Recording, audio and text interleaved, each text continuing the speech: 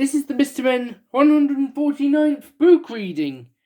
Mr. Men and Little Miss Fire Station. Mr. Lazy had decided to start a business ironing shirts. He began with great enthusiasm, but after ironing one cuff on one shirt, he suddenly felt tired and decided he needed a nap. However, he forgot to turn off his iron. Luckily, little Miss Lucky was walking past his house when she saw smoke billowing out of Mr. Lazy's window. She called the emergency services, and the operator alerted the fire station. The alarm bell clanged in the fire station and stirred all the firefighters into instant action.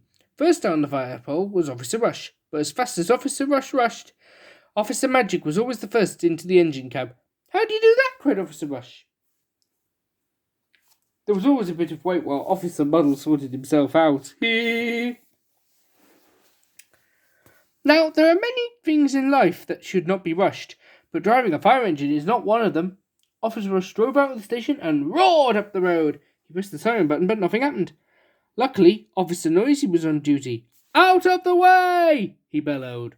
I think he was even louder than the siren.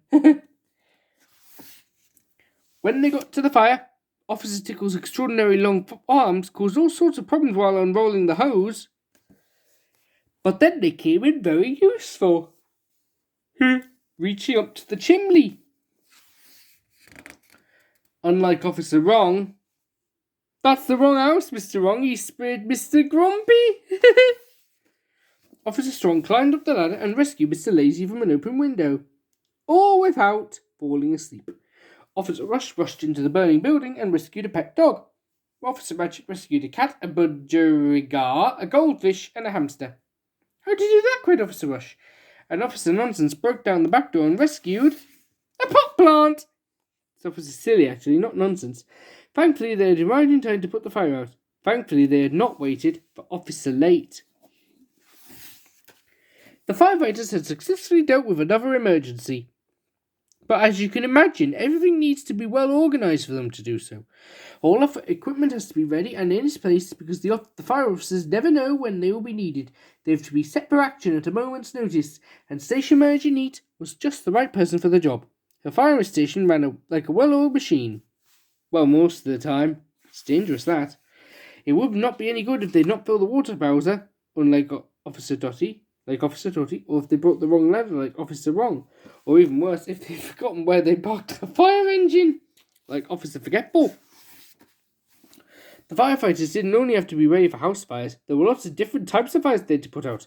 There were forest fires, with needed planes, and chemical fires, which had to be put out using foam. And sometimes they did not fight fires because there were lots of other emergencies they were called out for. Like when Mr. Greedy got stuck in his car. I think Mr. Greedy needs to buy a bigger car. Or like when Mr. Mean's water pipe froze and burst and the fire officers had to pump out his flooded house. I think Mr. Mean needs to turn his heating on. They even rescued cats stuck in trees. Lots of them. "How do you do that?" cried Officer Rush. "Meow." When they got back to the fire station after their long hard day, everyone trudged wearily up the stairs to wash and have supper. Everyone, that is, except for Officer Magic. She did not walk up the stairs. She slid up the fire pole. "How do you do that?" cried Officer Rush. Suddenly, the alarm rang again and they all had to rush to the scene of another fire. They arrived at Mr. Roy's house, who was frantically running around outside shouting, "Fire, fire, fire!" Mr. Rush rushed into the house to be confronted by a slice of burnt toast. It was a false alarm. Typical. Look at all these firefighters.